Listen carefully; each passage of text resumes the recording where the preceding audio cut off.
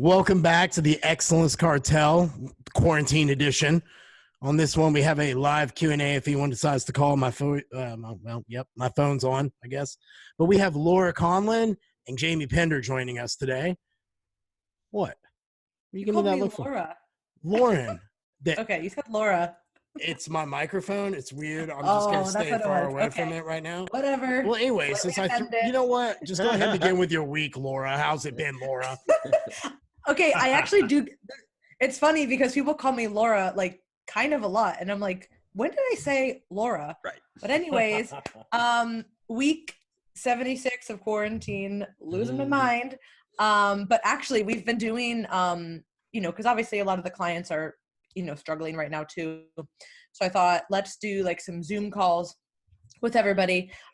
So we're going to do our third one for the week tonight. And we're actually doing, we're doing a Zoom call and we're going to do Never Have I Ever, play like a drinking game.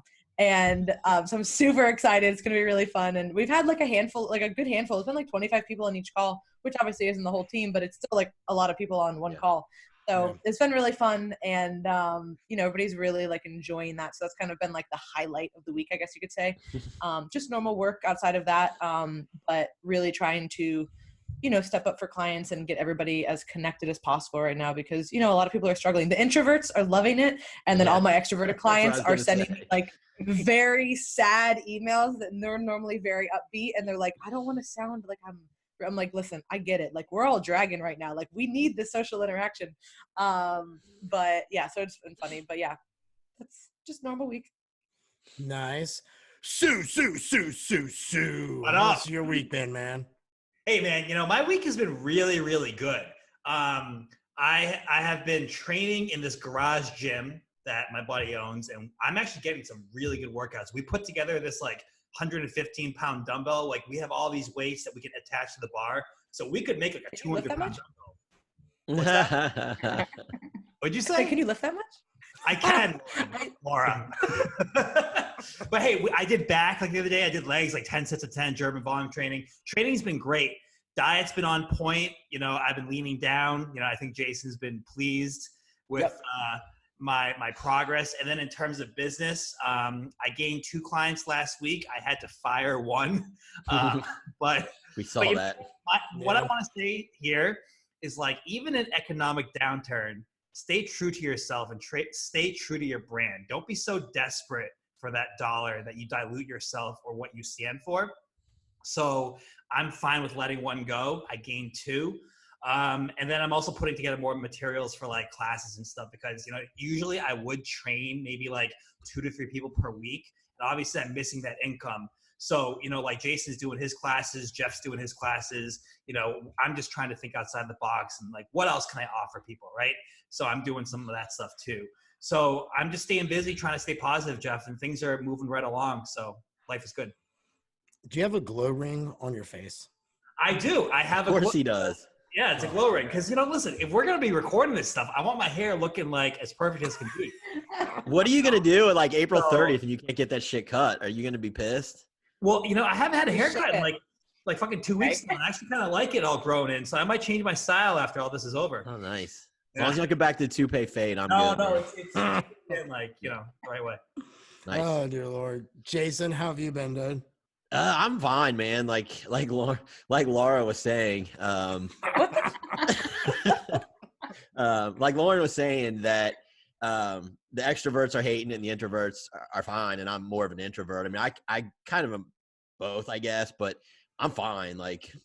It's kind of business as usual for me. I mean, I miss the things on the weekends with my family, going to First Watch and different things like that. But during the week, it feels like business as usual to me. She came down just recently. It's do you want to go tonight to our friend's house and have dinner? And I'm thinking to myself, not really. I was looking forward to that burgers I'd already cooked up, and I was just going to make some cream rice and chill. But now I got to go, you know what I mean? But it's fine. But other than that, I'm fine. Business is going well. I've had a few people that have lost their jobs, unfortunately, but I did pick up 2 more new clients this week. And so everything's kind of just staying steady. And I'm going to announce another hormone class because I'm getting hit up by a lot of people who want me to do it.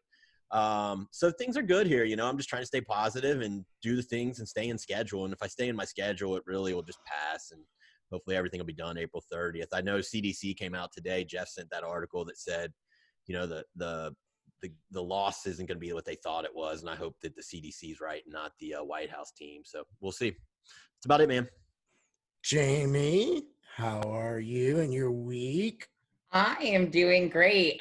I've been kind of doing the same thing that Laurin's been doing with my team. So I've been having like weekly calls. Actually, I do like 3 pretty much like personal development calls with my clients. So I was finding that a lot of people in the quarantine were losing sight of their goals. So a lot of what I'm doing with my clients right now has a lot to do with personal development, with setting personal goals, and just trying to keep all my people focused on the future versions of themselves they're trying to create. So when they get out of this quarantine, they're coming out of it better than when they went in. So I've been doing a lot of fun stuff with my team. We had like a girls' night in on Saturday night, which was a lot of fun. So, you know, it actually helped spark some of my own personal development stuff that I've kind of put on the back burner. So I was able to kind of focus a little bit more on my own education. And I actually took Jason's class on Sunday, which was awesome. And then we did your leadership class last week that like set me on fire for my group call. So it's been a really great week. Yeah.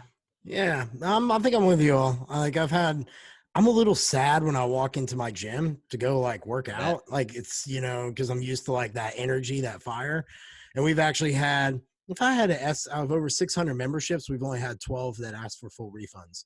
We actually have people. So it's not bad. No, we've actually had people offering to pay us like the rest of the year in advance and all sorts of things to keep it going. That's pretty powerful. Dude, I've been still doing 1,000 to 1,500 new ethics orders every week to be able to still, people are just still coming in and buying stuff. Wow. Yeah, like we're doing drop-offs and so forth. What the biggest hit's been with the coaches has been the in-person training. Yeah. That side obviously just got crushed. So, but the way I kind of feel on it in my interactions with clients, because I'm kind of doing like you all, except I'm actually like just texting people and just seeing how they're going. It's just easier for me with certain breaks I have to do that than Zoom calls and so forth.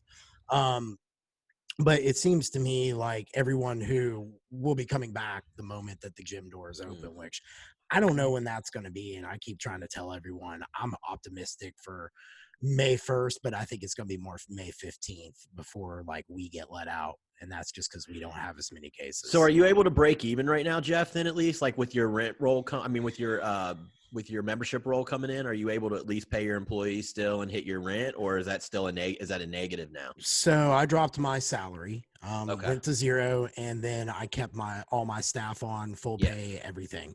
I applied for that PPP loan that they're doing just to guarantee the bankroll payments for your payroll and your overhead. And I got approved for like, I think 25,000 for that. It's just a matter if I get it, but that would fund me all the way through worst case scenario, the end of July. So I wouldn't really have to think about cutting anyone until August 1st, which I don't want to do because I don't want to burden the system. But the problem I'm having as an owner, and I think other owners are having this too that I've talked to, because I put together a call this upcoming Sunday. So if you're a gym owner and you're listening to this, a few of us are getting on a Zoom call, and my accountant's actually getting on it too with us. And she's going to be helping us break us down different things we can be doing, strategies. So I tried to get everyone from different parts, like Richard Sparks. If you're a gym owner, you don't get on that call. That's crazy. Yeah. And so we're just going to pull our resources and figure out what we can do in the meantime, because if they gave me a date, I could do a lot more, but I think on the contingency of there hasn't been a single person I know who's gotten unemployment yet. So I am like trying my best to hold out and see how that goes. But, you know, it's going to be a new landscape for all of us. I'm interested to see how the gym industry is actually going to be, how gyms are going to be after this. The only thing that goes in our favor over a restaurant is the majority of people who go to gyms want to go to gyms. So they're going to want to go back. They live healthy lifestyles, things like that. But I think as you see it now, like restaurants, I think 50% of them are going to be gone with this by the end of the year. I'm so excited to go back to a restaurant. Like, whew, I just, again, the social aspect of it, I'm just thrilled to be. First Q&A question, Laura. Where's the first restaurant that we all want to go eat when this pops, when this is over? Question. This is I've already question. thought of it. obviously. So I don't know if you guys have it. It is a chain, but it's not like a huge chain. It's called Cooper's Hawk. They have their own winery, which I love wine, in case anybody didn't know listening to the podcast. So they have their own winery, and they also have an amazing menu. And I just love the atmosphere. Like, everything about it is just bomb. And they just have certain few dishes that I really, really like. So I am 100% going to Cooper's Hawk as soon as this is over, and drinking lots of wine and having all the Brussels sprouts and all the stuff that they have. I'm super excited. So I'll be going there. What about you guys? Jamie, where are you going to go? Oh, I don't know. I don't go out. I'm one of those introverts that, like, my life has not changed at all. I actually have had to, like, leave the house more often now, because I used to get all my groceries delivered. But now, because everyone else is, I actually have to go to the grocery store. So now I'm leaving my house more than I was before. So I don't know. Right now, I don't get cheat meals right now. So I'm good with just being home. Fair. Honestly, Jason? I'd go out to eat a piece of, like, boiled chicken. I don't care. Like, I just want to go out. Yeah. I Jason, mean, what about you? I have a favorite steakhouse. I like Ruby's Steakhouse downtown Cincinnati, and so I'm pretty sure once we get a free weekend and this is lifted, we'll be down at Ruby's. He's not doing takeout. Other steak restaurant Prime is, and we did that once, but it's not the same. So I'll go get a steak. They got this warm butter pie for dessert that's awesome, and so I'll go down there. I'll go down there when it's open. Sue? Probably this restaurant called Toro in Boston. It's Spanish tapas. So they have good sangrias and all these, like, little dishes and stuff like that. For me, it's this place called Neighbors, and they have killer wings. So I like their environment. I go hang there, and no one pays a bit of attention to me, and that's kind of my favorite thing. But with that being said, let's kick off the official Q&A.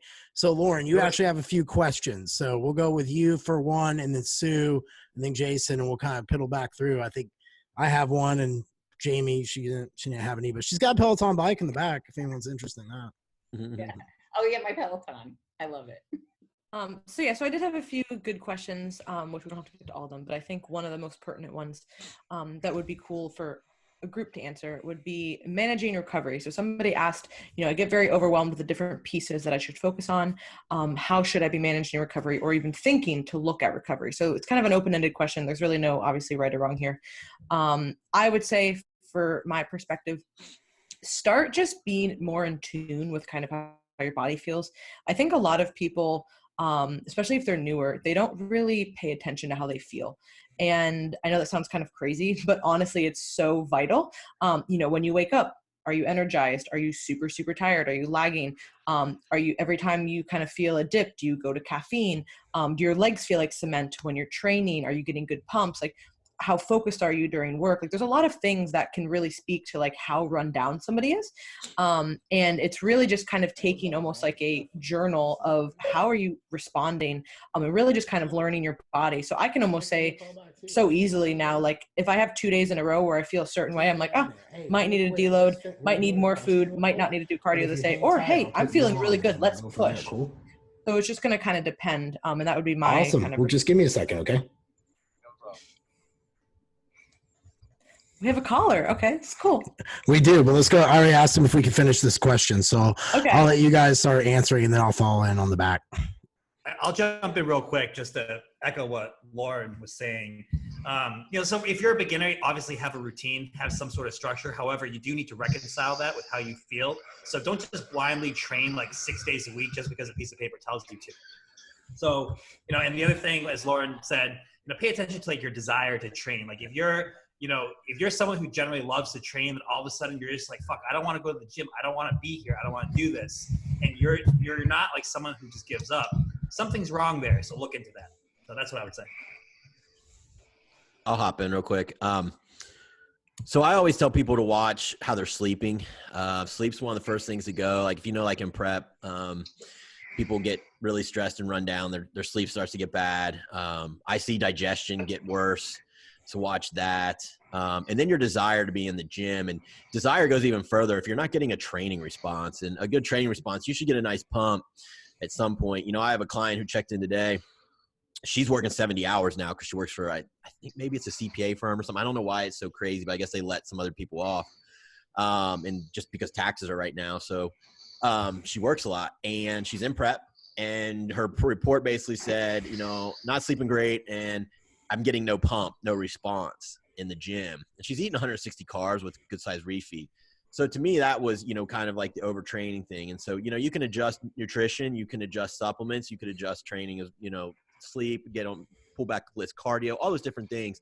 But that was a bell to me that said, all right, I need to adjust some things here because her recovery is starting to fade. So that's my 2 cents.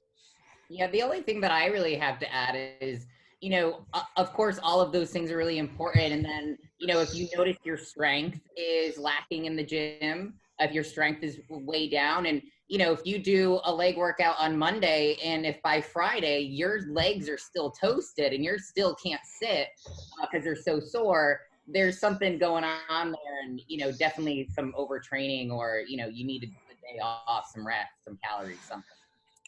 So I'm gonna give the answer different than all y'all, but I'm real big into my Whoop app, so I'm total HRV wearable technology. I was waiting for you to say that. Yeah, so I go strictly off that. I think Jason does too, to some degree. Now, there are some days if I'm red and I'm kind of like, I don't know. And how I tell everyone this who has a Whoop, who's listening, if you get up and you're, say, red, which would mean they want you to scale down, if not take the day off, and you do your first set and it feels easy, that first exercise, see what your max set feels like. And if it's right around what you normally do, then it could be a false reading. Because so a lot of that technology will pick up the last point that it detects deep sleep. And you could be getting up to pee. You could be getting startled. Something could be going on at that time. So it's only as good as what you're understanding. But the biggest thing with HRV is trend. So for me, I've been progressing with a lot of volume lately and been in the green recoveries more often than not. So I use that. And I think that based upon I sent it to Jason and Sue, but Laurin and Jamie, I said Laurin that time. I respected you, didn't call you Laurin. But the new Whoop podcast had a thing on there where they've actually been tracking people's data with COVID-19. And there was people in the terms of respiratory rates and their HRV and then their resting heart rate. So I think you're going to see wearable technology pop here in the very next little bit. So, yeah. As far as how I use it, like if I'm red, I might still train, but I stay under my strain because it gives you like your strain. I can watch it while I'm training. Mm-hmm. And I know that since I don't do much else than train, I only need about 2.0 for the rest of the day. Yeah. So like, if it gives me a 10, I can use usually, 6, 7, 8 in a session, and then I'll still stay under my strain. So I use the strain a lot. So even if it's a red recovery, I may train. I'm just pulling back and keeping myself under the strain, and I usually then recover fine. Right. It's just not overextending yourself on what the parameters are set up for you in the app. Yeah, and that's why I like it. But we actually have a caller. TJ, are you still there? Yeah, I'm still here. Awesome, man. Well, can you guys hear TJ? Or do I can. Need okay, cool. TJ, go ahead and hit us with your question, my man. Hey, well, thanks for having me on. I appreciate this. Actually, kind of cool. I feel famous already. But no, so my question for y'all is, both personally and professionally, how would you guys advise not only your clients, but personally, what would you take in account to make a decision with the current situation? Obviously, a lot of us are dieting, and myself, I'm like 11 weeks in, my wife's 11 weeks in, and we probably won't be competing at the time we thought. But what were some things that you would take into account for, like, oh, should I diet an extra 4 or 5 weeks? Should I just diet until I thought I was going to and then reverse? What are some priorities besides, where you're currently at that would affect the decisions, both you and your clients, on to handle dieting in the current conditions? Sweet, man. Well, thanks for the phone call. I appreciate that. You want to hang on and hear? I know you can't. You actually can't even hear the reply, so you got to hear that tomorrow. The downfall to it all. I'm fine. I'll go ahead and listen next day. I got nothing better to do with my day. All right, cool. Well, so I guess you got to just hear me because I don't think it gets to really do much. But the first person I'm going to communicate it to you so you know. Laurin, you go with it real quick, honey. So this is actually something that a lot of clients have obviously been dealing with. And I did have a handful of clients who were actually going to be competing this weekend, the following weeks. And, some people were going to be later in the year, but for those people who were pretty much ready, what I'm doing now and what we decided when all this happened was we're going to diet to stage lean, and then we're going to reverse for a few weeks. And then after that, we make the decision, is this not worth it anymore? How are you feeling? Because obviously there's pros and cons, right? So if it's a matter of like, hey, like where's your head at versus like where's your body at? Mentally, most of my clients are dealing with this just fine. Obviously it is, uncertain and frustrating, but 100%, let's get to stage lean and then we can reverse up from there. And then we'll make a decision afterwards once the shows are more solidified. Obviously, we don't really know, but they seem pretty like on point as far as July so far. They've made that pretty clear that unless they get shut down for July, they're going to go ahead. So I think that's kind of like a glimmer of hope for a lot of people right now. I think that the May is just like really not happening, but for pretty much, I only have a few clients honestly in the situation. Most people were going to be competing in the summer and on. So I'm like, hey, this is awesome. We have more time. Like people are going to be falling off and, we have a great time to get ahead right now. But for the people who were going to be competing kind of April, May, just getting to stage condition, reversing, and then kind of making that decision. Yeah, for the most part, I feel like I'm doing the same thing with most of my people that were kind of like in that May, June, July area. I had, it also depends on what their situation is during this time. Like I have someone who was in prep, but she's also the supervisor of an Aldi warehouse. So right now, she was, I think when this all started, she was like maybe 6 weeks out. So we went from, still kind of going for the show but then she's working like 60, 70 hours a week right now. And we've decided to back off, kind of get her more into like a maintenance plan, because if we kept on trying to grind through a prep and she's in a high stress situation, she's working too much, I'm going to end up putting her immune system at more risk. She's around a lot of people. So, the same thing that Laurin said, with the exception of depending on what their work is, what their lifestyle is right now. But for the most part, dieting people down. And then we're going to slowly reverse if their show doesn't end up going. Okay. Jason, what about you? Yeah, I'm kind of basing it on the person and also whether they're natural or on PEDs too. So I've basically at this point said, hey, look, I don't think it's happening until July. You're 12 weeks out. You can just reverse now and not do any shows, or we can go ahead and I'm getting people closer, maybe 90% in, and then we'll reverse from there. Maybe hold conditioning for 5 weeks and then push on in. The last 5 weeks, something like that. If someone's on performance enhancers, I have to take into account like how harsh they are and how long they've been on something. And I might have to pull things out. That might affect caloric intake, all kinds of things kind of going on there. So it kind of really depends on what the client wants to do. And then I take a direction to either start reversing now, or, hey, you're training at home. Let's figure out how you can train at home. And let's go on and just keep getting in shape. And then I'll pull up calories at some point, and then cruise in, and then maybe like 4 or 5 weeks out, push the rest of the way. So it's mostly kind of, pulling off the gas and then pushing again at the right time. Sue? Similar to what Jason said. So I have 2 females who were going to compete in March and April.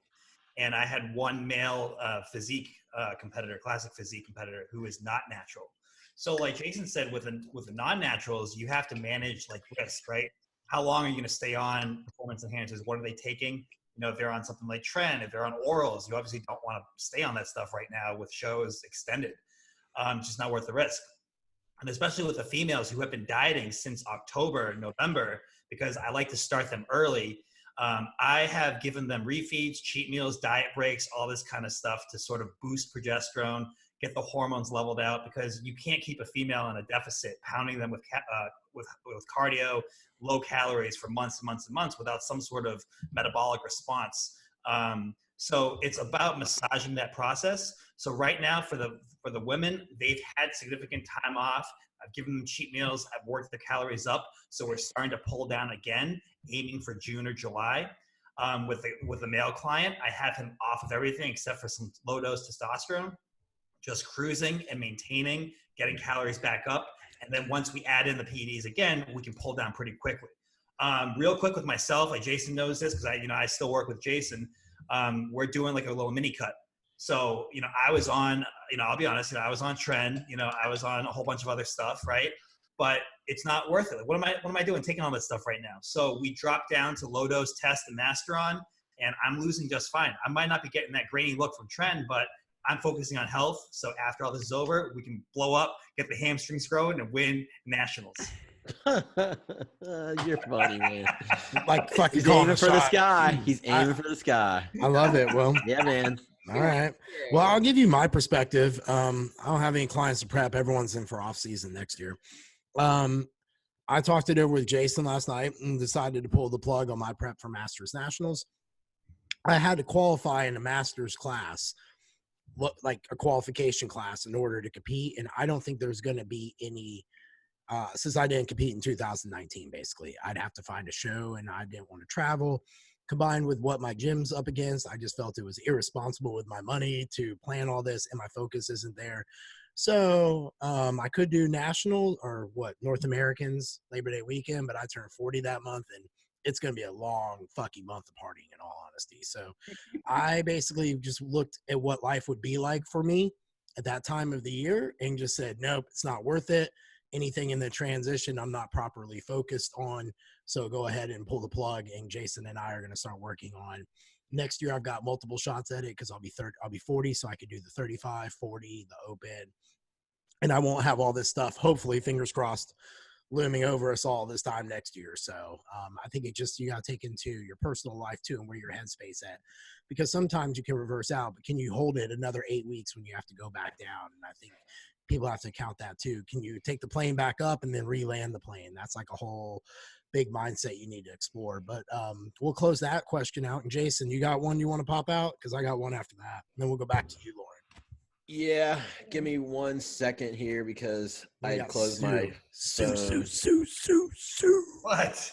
So let's see Like here. saying it. It's like saying it. Do you guys want to do the fitness hurdle or the one that was about digestion and keeping stimulants in to go to the bathroom? What was that hurdle one? The first one I mentioned was I was asked what was the biggest hurdle when I got into fitness, and they left it kind of broad. They didn't say like, into coaching or into the competing, just getting into fitness. What was the biggest hurdle? And then the other one was I can't go to the bathroom without stimulant type laxative. That one. What else can I do? Let's do that one. Okay. Stimulant one. Let's do that. Laurin, you want to kick it off real quick? Or you got to say the question, right? I just want to make a comment. I'd not necessarily even say feedback, but because a lot of people really don't know this. And so there's this tea called Smooth Move. So people look at that and go, oh, this is like in the grocery store. Like I can take this. She froze. Products do. And basically what? You froze up again. Oh, what ends up happening? Oh, I froze? Okay. Yeah. Am I good? Yeah, you're good now. Okay. So a lot of these products like that one will have Senna-Leaf, and what ends up happening is that you develop a tolerance and a dependency on this. And I've heard horror stories of competitors, particularly females, because obviously they're smaller and eating less, and they're having 3, 4, 5 of these tea bags a day. Okay, no pervert jokes. Of the Smooth Move,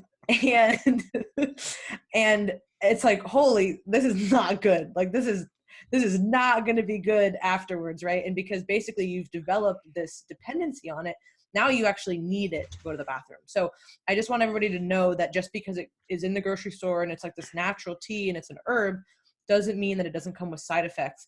And that can be a whole process to literally like reverse out of using stuff like, because if you just stop taking that, you're really going to have issues. So that was my comment, and you guys can address the other things, but just letting everybody know, do not buy Smooth Move unless you are like so desperate, but do not make that an everyday thing. Fair. Sue, you want to chime in real quick? Yeah, I mean, with digestion issues, I've tried like very light things. If you want to take something, I mean, you could try magnesium, you could try vitamin C. Those things will get things going in an acute term, and it'd be really, really light on the system. I don't recommend using any sort of like pill laxatives like Dulcolax or like Miralax or whatever. I don't do that kind of stuff. And then I would look into diet. I would change foods up, specifically carbs and meats, if that could, because that could be an issue. And I would start exploring it from there instead of just throwing, drugs at it. So, Jamie, what say you? Enough water. How much water? Lots of water. Water enemas. It depends on the person. You know, Okay. if you're a sweater, then you're going to need a lot more water than someone who's not a sweater. And you know, body size matters too. But hydration, I find if I have a client who's checking in with me and they're complaining about constipation, usually when I ask them about their water intake, it's usually been off at least for one day that week. And that one day of missing water can be, you know, the culprit. But it sounds like this person is needing to use this all the time.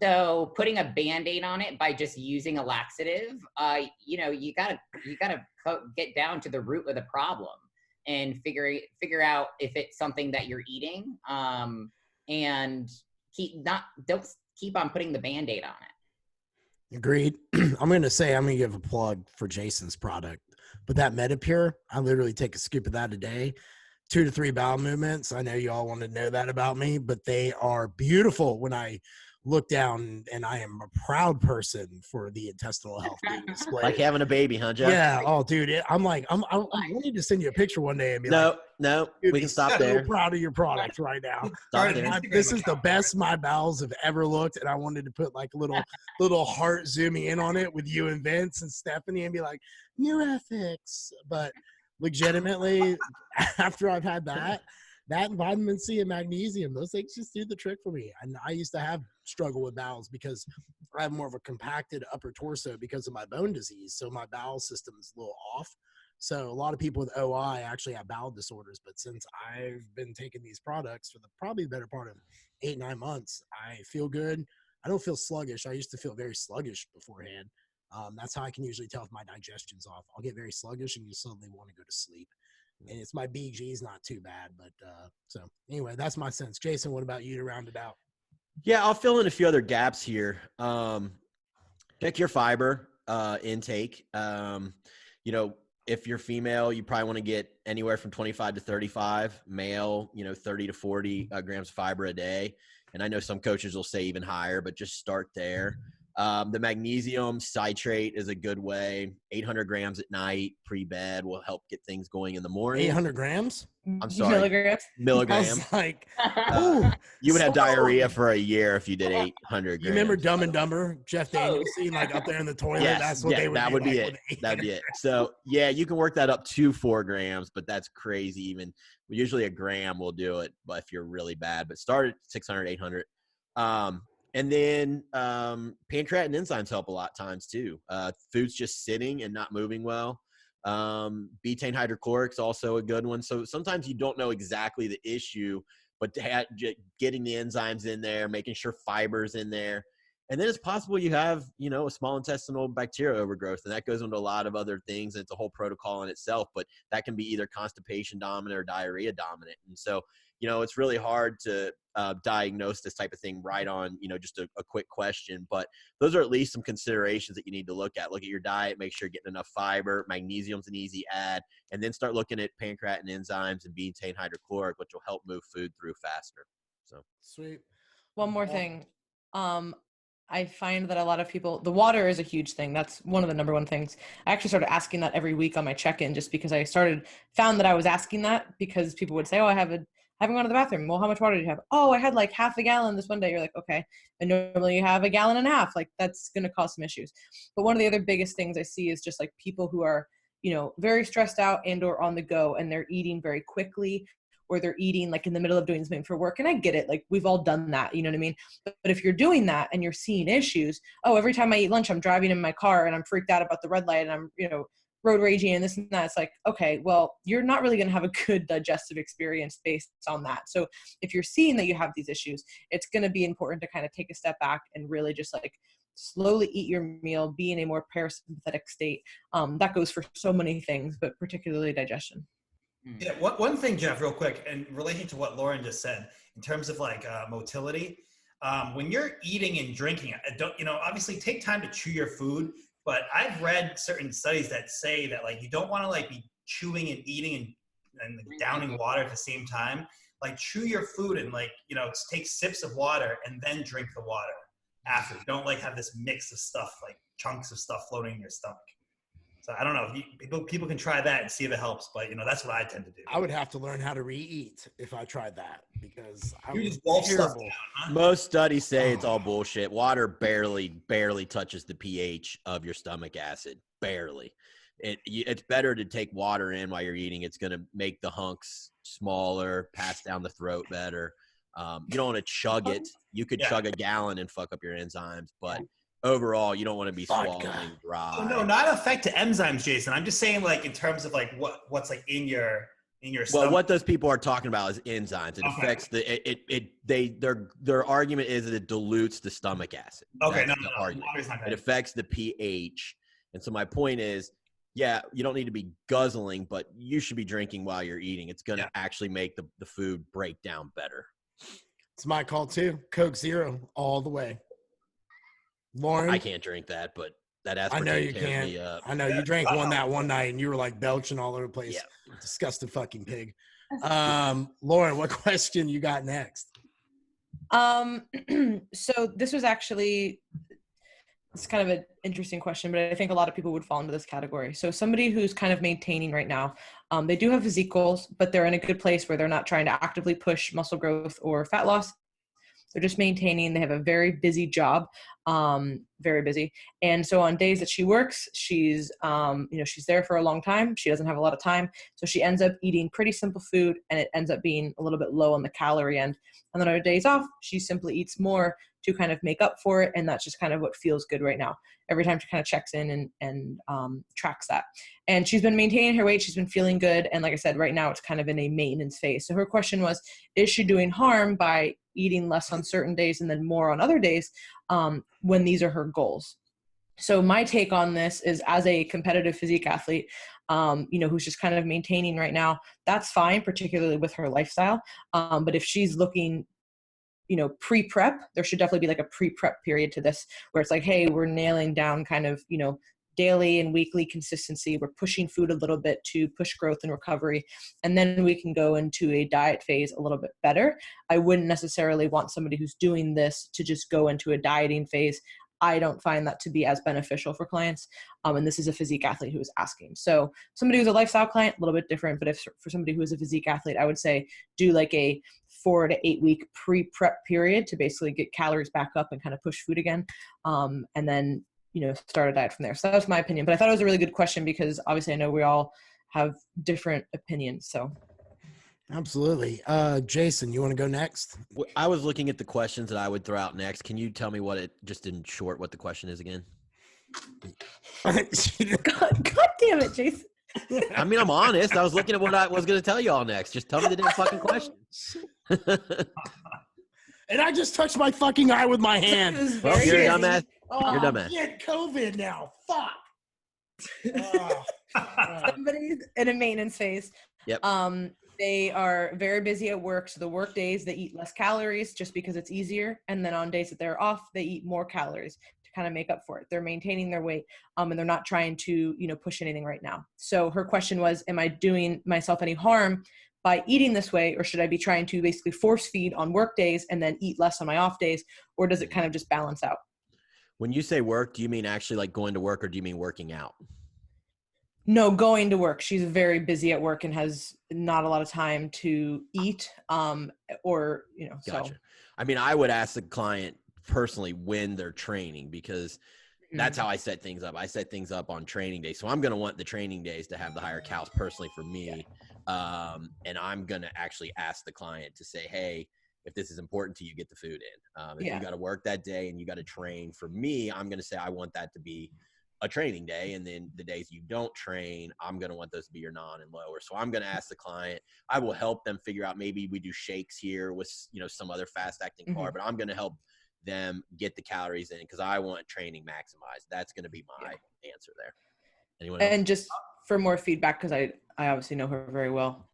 So she's probably not going to train on those days, and she's just kind of maintaining right now. She easily would eat 10,000 calories or nothing if somebody told her, you know what I mean? It's more of just like, hey, this is what I've kind of fallen into. Is it like harmful and a maintenance? And that was kind of her point. If they really don't want to grow, it's not going to be harmful, but yeah. I still would want more calories on the training days for me. Yeah. I would have to agree with that. And I have a lot of clients that are like, they're nurses, or they work I have one that's like works at a surgical center, and they're really busy. And what I end up doing is just giving them liquid meals that they can, they use the True Nutrition sweet potato powder with a protein powder, and then some nuts for their fat. So you can make it work. And there are plenty of really, really busy people that get those calories in somehow. It's about like being creative and, just making it work. I would try and get that in, especially on the training days.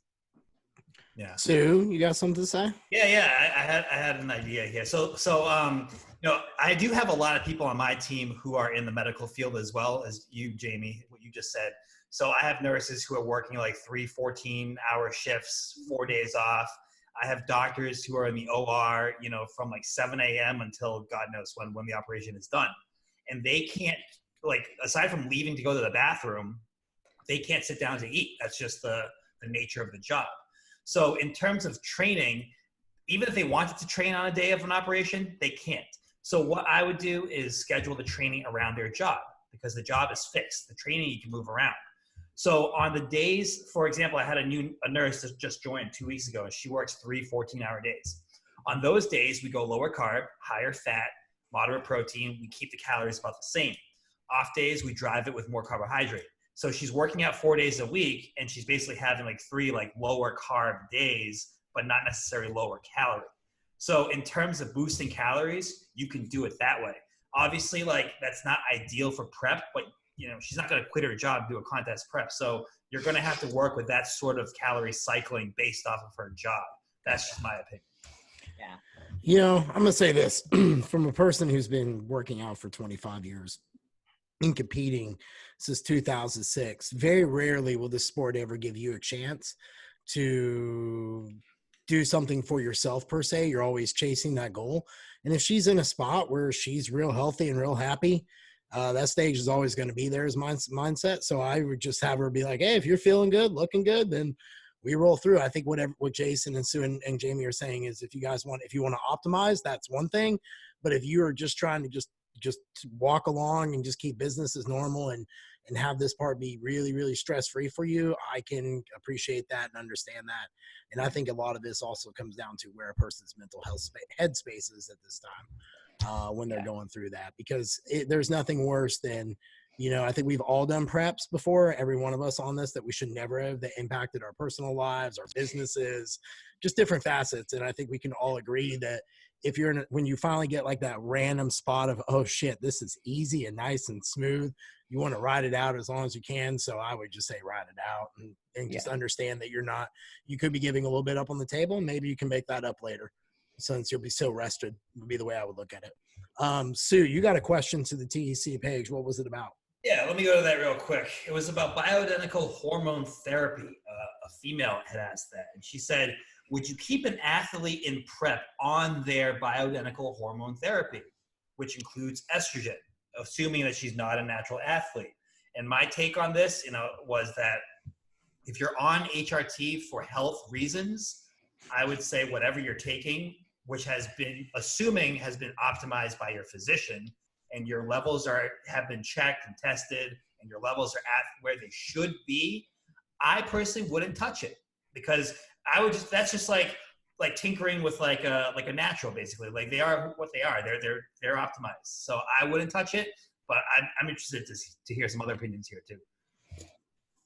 I'd say exactly that. If you're already on it and if it is true HRT and you're back in a normal place that, is working for you, I wouldn't necessarily change it. Obviously, as the diet changes, this person might need to keep up with blood work and change things based on how things are progressing throughout the diet. Like maybe every 8 weeks, you kind of see how things are going, but that's just going to depend. And usually somebody would be able to feel that if they're used to how they feel on versus off.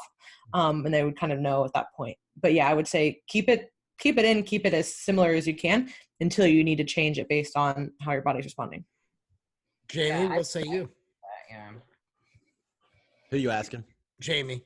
Oh, I would agree with that. I mean, if you've got a doctor that's got you to like your optimal levels and you're responding really well, I wouldn't mess with it. Now, if you were on that hormone replacement therapy and you were menstruating every month and that was going fine, and then all of a sudden that changes, then at that point you've got to think about doing something different and see what's going on there. But I think that if your body is responding great, you've got great levels, I'm not going to mess with that.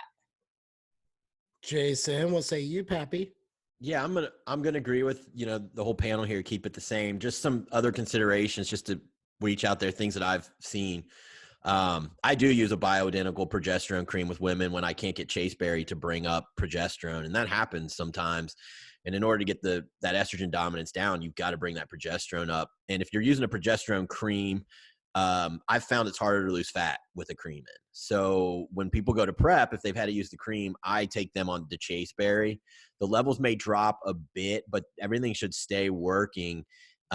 Usually you might have to look at it again, like everyone said, but I've just found not great results with keeping a progesterone cream in. Estrogen, some people I think, well, I can't leave estrogen in because I'm not going to lose fat well, and I'm going to keep storing it in my butt. That's not true. You need estrogen to lose fat. And if estrogen's too low in either sex, you won't lose fat well. You only want to crush estrogen low if you're in like a shredded division and you're already lean and it's like 2 weeks out, 3 weeks out. So you want to watch that too. Make sure you've taken your labs before prep starts, and just make sure your estrogen's in proper range, but not running too high, because you would want to adjust that down before you started. And as far as testosterone, I would keep that all the way through. That's going to allow you to be healthier all the way through your prep, having that HRT. So it doesn't matter if you add VAR. It doesn't matter if you add an injectable. You want that base to be as healthy as possible. Cool. Well, I think I agree with you all. I mean, I think we all smart. Like, if it's work, don't fuck with it until you have to. I mean, I agree with that. Quick question for you: progesterone cream versus progesterone drops. Same thing. I'm talking about the same thing. I use Bezwek, and they're drops now. Yeah, but that's still supposed to be wiped on the skin. But we all know you can take it under the tongue, and it works even better. Even though it says on the bottle, rub it on the skin. Mm. Well, I got a question. How do you maintain credibility with current clients as you further your education and want to implement new tools? I'm going to go ahead and fill that one right out of the gate. I've never had a client ever judge me suspect that I was trying to utilize new things that I picked up to try to make it better for them. If anything, I try to talk myself through it because it helps me retain the information that I've read or that I went to seminars and picked up on, et cetera.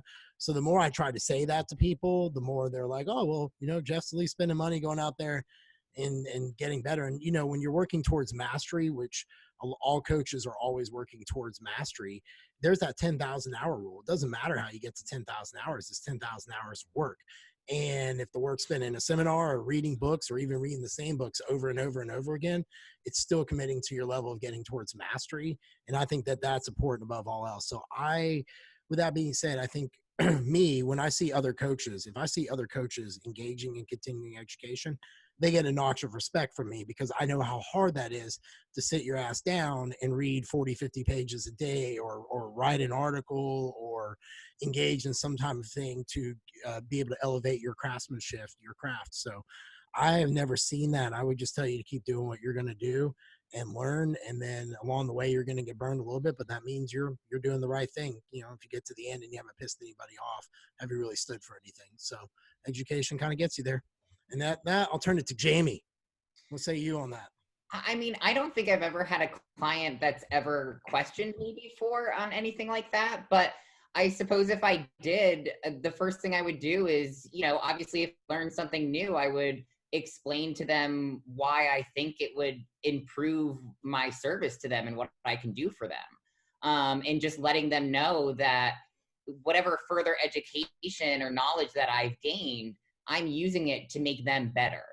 And the people that I get my information from, they're credible and they're some of the best people in the industry. So, and they've had, usually when you learn things like that, those people you're learning them from, they have proof that their systems that they're teaching you work. So just backing that up by whatever you've learned from, whatever further education you've gone through. Sue? Yeah, I think this goes back to an episode that we did back when we first started about, getting into coaching. At one point, like all of us, like we didn't know anything, and we were just learning and trying to apply in real life, because knowledge has to translate into application, right? So some of our clients were guinea pigs. I know mine were. My first, couple clients, they were guinea pigs.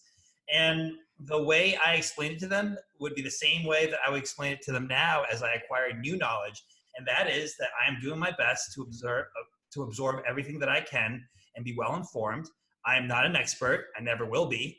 But I want to try these things on you. Are you open to trying it and working together? And you can give me your feedback as to how you're feeling and how things are going. Usually they say, yes, let's do it. And then we work together. And then I have one case established. Then from there, I develop momentum. I develop more credibility as, like, for example, SIBO was something I learned like maybe a year ago. I didn't know anything about SIBO a couple years ago. And then I had one client. I may have messed up a little bit, but more and more, I now have a developed strategy for it, and I actually taught a class on it. So that's how it works, in my opinion. Jason. I have actually had pushback, not necessarily from clients, but, I've had people call me nothing but a bikini coach now. No, come on. Jason, you've at least progressed to men's physique. God damn it. You know what I mean? And it's stupid. It's not like I forgot how to prep bodybuilders. I still put them on stage ripped. But, now I've expanded my knowledge on how I can actually help and fix people. And I can't help it that just most of the people that need more of the fixing and the hormonal side are women, because they're more, they get hit harder by cortisol than men do. But yeah, I've had that thrown around. But I made a decision in 2016 that I was going to go the route of, stop being part of the problem and be part of the solution. And it's paid off really well for me, but I have taken slack for it. Just because a lot more of my clients are women now, and a lot of times they're more bikini and general nutrition. And, I have more clients. I've survived all the ups and downs, and now it seems like the industry is heading that direction. So I'm pretty happy I was out in the forefront. I took the flack for it. But yeah, the clients themselves are always happy to see you get education, but it's the derelicts around you that might criticize you for it. And I just don't give two fucks. I don't even engage in it.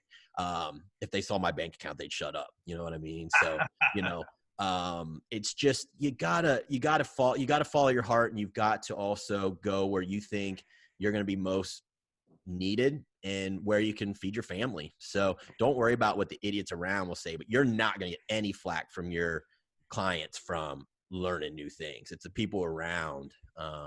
And go where you think you can be the best, and like I said, feed your family. So that's my take on it. Laurin, I'm gonna send it to you before I seal this question up. We move on to one more of Jason's, and then round out with something we all want to talk about.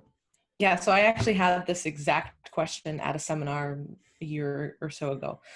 And, I was teaching like a 3-day event, and one of the attendees was like, hey, like, how do I take this information back to my clients and not feel like a fraud? And I was like, well, what do you mean? And she's like, well, if I'm presenting this new information and this is different than what I've been doing, aren't I going to get pushback from it? And my answer was a conglomeration of what you guys kind of said. And honestly, honesty is always the best thing that you can do with clients. If you are unsure of something, you need to immediately say, I don't have this answer. Or if you're using somebody for a guinea pig situation, you have to explain why you're using them for that, right? Hey, based on all these things that I've seen with you and everything that I've read, I think that we could try this and it might help you. And then usually if you say it that way, the client goes, oh, okay, like I'm down to try it. And if they're not, then say, we'll just keep doing what we're doing. That's also fine. It might be a little bit slower, but we don't have to try this new thing either. So honesty and being upfront is always, always key. And then just explaining that why you've changed your methods. Sometimes I just do that up front with people because I work mostly with women. And, a lot of people have questions, and it's, men and women are a little bit different. So with guys, you can just be like, hey, do this. They're like, okay. And with girls, it's typically like you have to explain kind of the why behind it, which is totally fine. But I always just like to be upfront with it. So like if I've learned something new or I've shared that on a podcast or social media or whatever, I might just tell the client, hey, there's this new thing that I've learned or I read, and this is how we're going to be implementing it with you. So it's always just kind of about being honest and upfront, and people will totally respect. I'm sure you guys have the same thing. Like my clients are always like, wow, like it's so cool to like see you traveling and presenting and learning from the best people. Like you're bringing the best stuff back to us. So people do look forward to it, but you can't just blindside them. And like basically one day you were coaching them like, no, you never get refeeds. And then you're like, hey, listen to this one podcast with these people, and now we're going to get refeeds all the time. They're like, wait, why? Like, does that make sense for me? Like, why are you just randomly picking it. It's like, I always see this in the academic community and I love them, but sometimes there'll be like one study and then everybody like completely changes stuff. It's like, wait, there's 10 other papers and 10 years of this working. And now one thing comes out and you're going to change your mind. No. I need 10 more papers and also, maybe we can incorporate and we'll try it, but it doesn't mean we need to ditch this completely either. So that's kind of my way to round that out. But it is something relevant. And I think it's more relevant as a fear of a new coach to be looked at like they don't know what they're talking about, right? So if somebody's a new coach and they're getting these clients and then all of a sudden they're like, hey, I'm changing my protocols, they might feel like nervous as to like, oh shit, are my clients going to leave me because they think I'm a flake? Confidence too. But it comes down to your leadership as a coach, like I talked about in that leadership class, which I'm about to go over with my team next week at the Iron House. When you first start training people, you go on positional leadership. People are just following you based upon the fact that you're their trainer. But if you keep investing in yourself through continuing education, you will eventually go to permission because you've achieved results for what you've done. So that's why we're all saying keep hacking at it and screw what everyone else says. If you're winning and out there in front of 80, you have the Pareto principle. 20% of people bring you 80% of your return, and then 80% of the people will love you, 20% won't, no matter what you do. So Sue had to, I guess, go to the bathroom. See, Jason, I didn't have to go tinkle today with you on the call. Good job, man. I know, no tinkle time. Yes, clap for me, ladies. Clap for me. Yes. Jason, do you have another question? Yeah, this one isn't bad. You can see what you think. How to do damage control after rapid fat gain due to stress eating. Okay, so I guess would that be based upon this current climate? Was there more detail, or were we just saying that was it? My guess is the current climate. So I mean, it depends. Obviously, the answer, but that's what all of us can kind of disagree on or agree on. Do you want to answer it? Jamie, I'll pass it to you first. Yeah, I mean, it really depends on what their current body fat is right now. How much fat did they gain? How much work were they doing while they gained the fat? Did they just stop working out completely? So there's I don't know. I feel like there's a lot of questions there, and there's it really is going to depend on that person's individual circumstances, I think. Male or female? I believe it was a female. Yes, it was. Well, if they started eating and started gaining some weight during it and they were under eating, it might have done good for their hormones and everything else a little bit. So, I mean, it's kind of relational. I'm just going to say, I don't think there's anything you could do as far as damage control. And I'm using that in my beautiful air quotes once you've already done it. I think it's a matter of accepting the fact you did it and reestablishing a healthy relationship with yourself and with what you did and making peace with it and then just choosing to go forward. But if you're going through that, I know some people when they're eating more, if the stress is high, I will have them try to do intermittent fasting.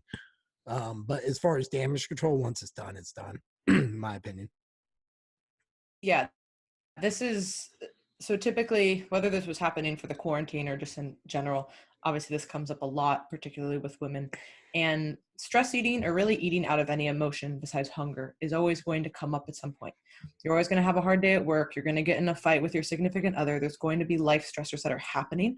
And we need to figure out what is triggering you and why you are turning to food instead. Because if we don't get to the root of that habit and that behavior, it's never going to stop. And it's always going to be a cycle that you fall into. So that's really if that happens once, if a client checks in and, maybe over a month they had one or two kind of times where they overeat, that's a little bit different than hey, I gained 30 pounds because I haven't stopped eating and I'm not going to the gym and I've completely lost my vigor for life and whatever. Or if it's a consistent binge situation. A lot of times people are not binging because they want to overeat. There's something else that's going on and we need to get to the bottom of that. Most people aren't just I just love eating so much, I just want to overeat. So there's clearly some other psychological things going on here, and that's where we need to get to that root of that behavior, because otherwise it will happen over and over again. And each time it does happen, it will get worse.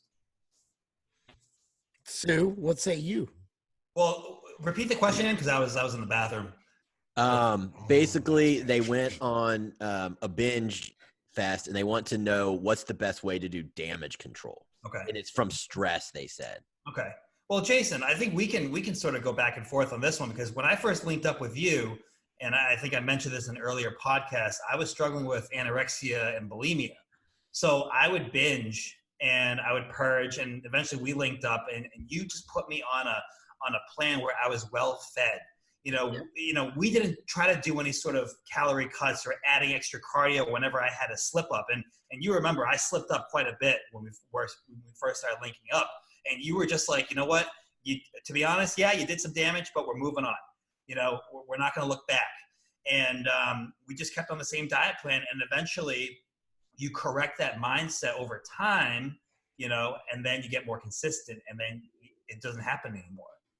So that's what I would say. Don't try to do any drastic cuts to try to regain ground or just move on.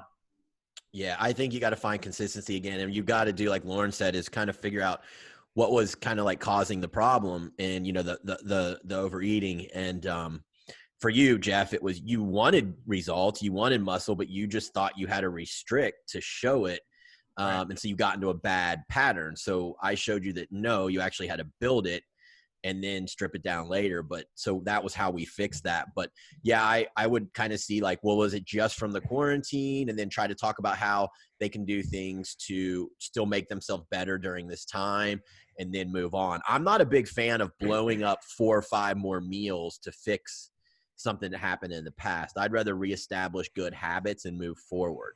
If you gain 10 pounds in a week, some of that's going to be water. You might hold 3 or 4 of it and just have to kind of live with it. But if you get trapped in this overeating and then undereating, you're going to get stuck in a cycle of, disordered eating at least, and at the worst, an eating disorder. So I like to reestablish habits, try to figure out what the cause, the trigger was, and kind of handle it that way. But I'm not a big fan of blowing up the plan because of something like that. It kind of becomes habit then. Like John Maxwell said, yesterday ended last night. You got to move on from it. Yeah. And one more thing I want to add, I know we're wrapping this up, but I've seen this trend a lot lately, and I thought it might be helpful to share kind of in the context of this question, is when people are struggling with binging or just overeating. And a lot of times we'll say like, hey, send us a food recall. I just want to see like what you're eating, when, et cetera, right? Because clearly there's going to be some kind of issues there as well. And a lot of people, what ends up happening is they'll have a binge episode, and then they basically will not eat all day. And then they wait until 6 o'clock, 5 o'clock to eat. And then it's like, yeah, well, now you're ravenous. And now you have one meal and then you set off. Or I'll look at the log and it's like, I had one meal and then I had like snacks all day. And then because I was feeling snacky and not really satiated, turned on a binge. So that's where like, not just consistency with like the day, like meal to meal, having actual meal set up, and just even having like guidelines for timing, it is not to be overlooked. Like, I think that's so vital for people who struggle with, overeating and binging, is to just have something to look forward to. Like, hey, I'm going to eat at these times. And that way I know like I'm actually going to be fueled. And that's one of the biggest things, is people just like restrict constantly and then they overdo it because they're actually not like being properly fueled on a consistent basis. So just wanted to share that because we've been seeing that a lot more, when we've been doing these like kind of food recalls and like just food journaling in general. And it's a very consistent pattern. All right. Well, I want to ask you guys each a final question. So it'll be like rapid fire. All right. You guys ready? So let's like get a moment of zen real quick. See. So you ready? Jason, what's the best part? What's the part about 2020 you're looking most forward to? Still yet to come. Is there anything that you're still looking forward to? Like a little bit of glimmer of hope. Yeah, I mean, for me right now, I'm in business, man. Like, it's not really like physique goals or anything. It's like we have some goals set for new ethics, and I still think, and Scooby Prep, I have some personal goals, and I still think that I can meet them and move forward. So I'm still looking forward to just all my business stuff, really. Laurin, what is the best book you've read in 2020 so far, or that you are anticipating to read that you might not have read yet? Oh, okay. So best book that I have read so far was The Body Keeps the Score. If you guys have not read that, it is an amazing book on trauma. It's one of the best out there. And then as far as books that I have lined up for the year, I actually just started reading it and it's been really good. So I won't say I finished it. It's called Atomic Habits. And I've been told about this book like a million times. And it's a very, very simple, basically breakdown of like psychology, neuroscience, biology, all of that. And he writes in a very, very easy to understand way. And it's highly applicable for coaches and athletes. So those two. Cool. Jamie, what is the one thing that you hope to accomplish this year in 2020? I look to get back into show shape this year. It's been about 3 years, so I'm excited. I've been working with Jason, and it's been about 2 weeks now, and I think we've finally gotten into like a really good groove. So I'm feeling good about it. I'm excited. Me too. Awesome. Sue, What? you know I'm excited to ask you questions. All right. So far 2020 has been a couple months. What's the one thing you've learned about yourself so far that has helped you during this quarantine time? I think I'm someone who really likes to have structure and control, and I default to that in times of stress. And I kind of go deeper into my own shell to escape from the world and stress. So I've doubled down on bodybuilding to sort of mitigate all this stuff and just to stay focused. So I'm very much an introvert, I've learned. Nice. You guys got a rapid fire question for me? Pressure. Man, you should have told us. I know.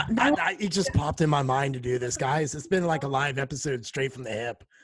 So, all right, fine. Y'all suck. I'll just go ahead. Round this motherfucker. I'm not good on the spot. Yeah, it's all good. Maybe it'll come to you. Jason will think of some asshole question to ask me as I run through this, I'm sure. Well, Laurin and Jamie, thank you guys for joining us. It was fun as always. Jamie, real quick, where can people give you a follow? And you got anything cool coming on that you might want them to follow you? I got one for you when you're done with that. Cool. Yeah, so people can follow me on my Instagram. It's Jamie Pinder 14. And that's really where I post most of my content and my videos. So that's the best place to find me. Laurin, what about you? Same Instagram, at Laurin, Laurin. Not Laura. Not Laura. It's Laurin. So spell that. You can spell that wrong too, but it's Laurin Conlin. So post on Instagram a lot, but also we have a team podcast where we've been putting out 2 podcasts a week. So Team Look Fit Roundtable, and then all the other content we put out is linked up to our team website as well. So teamlookofit.com. Awesome. Jason, what's your question for me? So, what is your weakest quality or link in terms of leadership that you have to work on in order to get Iron House where you would like it to be this year? Good question. Oh. Honestly, I'd say it wouldn't even be ego death. It would be the fact that I'm just naturally cold. So I've been going through this situation with the quarantine, and it has not really fazed me at all. Everyone has been panicky and up and down, but I think what gave me the edge was in my childhood, I was in a body cast for 12 weeks at a time, having to break my own leg 12 weeks at a time, strict physical therapy schedules 6 years straight to be able to walk again. So I've just kind of looked at this like I just got to go one foot in front of the other, and the faster I could get to bed, the faster the next day comes. And like just for me time. So trying to pull that down, like because of that, I think it makes me a couple of my friends have said like just not normal, inhuman, like a machine, very cold. So I'm trying to open that up. So I've been working on doing touch points starting this week where I'm just messaging random people, random coaches on my team and so forth to do that. And then I'm doing the leadership class with them next week. But I'm actually going to do something which is setting me up for total failure, but I need to learn. One of my biggest things is I'm one of those people, when I learn something, I just learn it, and I expect everyone else to learn it. So I am going to teach my team how to do TDEE calculations along with understanding the energy availability threshold and how that relates to women's hormones and when they lose their cycles and so forth. So I'm going to take something really in depth and try to like explain it out to my team so they can understand when they're dieting women. So I'm putting myself in a total uncomfortable position. I guess what I'm kind of looking at to answer that in a short way would be anything that I know I'm uncomfortable with, I'm just charging right into battle right now because I'm understanding that now's the best time ever to reach out to people and get these areas of myself shored up. So that was a great question. I appreciate that. Yep. Well, I can't wait to see you and give you a hug for that question. It's going to be till May. Are we even going to be able to do the May thing? Oh, with John Meadows? Yeah. I've got to reach out to him, but I don't see why not. I mean, It looks like the way Nashville's going, we're down by the 1st. Like legitimately on the 1st, it's like back. And that's May 24th. He's coming in. Yeah, it's like that weekend. But Oh, yeah. guys, if you all really enjoyed the podcast, we ask that you write us a description or write us a review. 5-star review. 5-star review. Write about Pause how that button beautiful- right now and do it. Yeah, it's on iTunes. Excellence Cartel on there, and then we just started a YouTube channel. So you guys can follow us and subscribe on that. I've been picking up video editing during this time just because I had nothing better Nice. to do. Yeah, Yep. I've been playing guitar too. So We're getting this posted, right, on YouTube? yeah, all this stuff is. Sue, you're gonna look beautiful with that You are, fucking man. glow ring and I shit. didn't want my Okay. glow ring to be used in vain. You know, I even took a shower and everything. I did my hair, so. Ladies, you all better step up before the next one we all do together. Like, I mean, Jason and I anticipate to be ugly, but Stu is trying to sit here and say like he's gonna make you all look like shit time after time. And y'all are laughing about it too. So that's what it's like. Fine. Jason, we should do that one day. We should just get like the glow stuff. And just, Glow ring, man. I don't know. we Dude. should get wigs and just be Laurin like, has a totally- Laurin, you have a glow ring, right? I actually just got 2 new lights that are very There you go. fancy and very expensive. Yeah. Because I was like, hey, we're gonna be doing a lot more content at home, so Right. might as well get this for the garage and the podcast. And so I do have a ring light too, but it's kind of a shitty one. Ryan always calls it. He's like, get the fleshlight out. I'm like, that's not what we're doing. It's not a flashlight. It's Something totally different. always calls it that, and obviously just like fucks with me. But yeah, I got these 2 like legit ass like First Form guys recommended it to me, like LED like lights that are ridiculous, but they're pretty good. If you want to like take some pictures or videos and stuff. But they're hot. Whew. It's like I gotta like cool down like after we use them a lot. Like they're very hot lights. But yeah, so I do have them, but it's not on right now. I'm just using this. It's just fun. naturally. Yeah, It's gonna be good for you. Windows behind me, so that's why I use. That's a solid investment because I think that paid for content training is going to be the next generation in this space. Oh, of I think course. you're going to see a bunch of people bust in at like $9.95, $19.95, just constant basic content and just get subscription based. I think that with the emergence of telemedicine coming through, that there's going to be a lot of us coaches doing referrals through this type of interface, Zoom, working with people on their blood work if those who aren't already XYZ. So I think that's smart to go ahead and invest in that. Yeah, So, figured why not. nothing wrong than double downing on yourself in a downturn, man. So, I mean, I think that that's the best way you can be. I All can right, send guys. you guys the links so you're less ugly if you want them. Yeah, no, you can send them to me. Like Jason's Thank got you. this like Appreciate beautiful. that. Jason, listen, you can't pick on Gramps, okay? Like you just got to give him a little bit of perfect, time. actually. Yeah, Jason's Uh-huh. actually got good light where his house is. Like it's a natural, Yeah. nice light. It's just me, man. Do you like pose in that light? Do you do like Oh, Buffalo Bill and like tuck your shit and go, I'd fuck me and like walk around like dance in front of it and shit? I do no posing down here. I didn't know if you did or not. I'm just I don't. asking. Yeah. Maybe some random audience member wanted to know if you Buffalo Bill in the spare time. Yeah. No. All right, guys. Well, as always, thank you. And ladies, I look forward to you guys joining us again. I'm sure, we could probably squeeze another one in maybe before the We will. quarantine section Yeah. or it's all done and lockdown is freed up. But thank you guys as always. And it was Definitely. fun. And I'll see y'all next week. All right. See you All guys. right. See you guys Gals. later. Bye. Bye. Bye.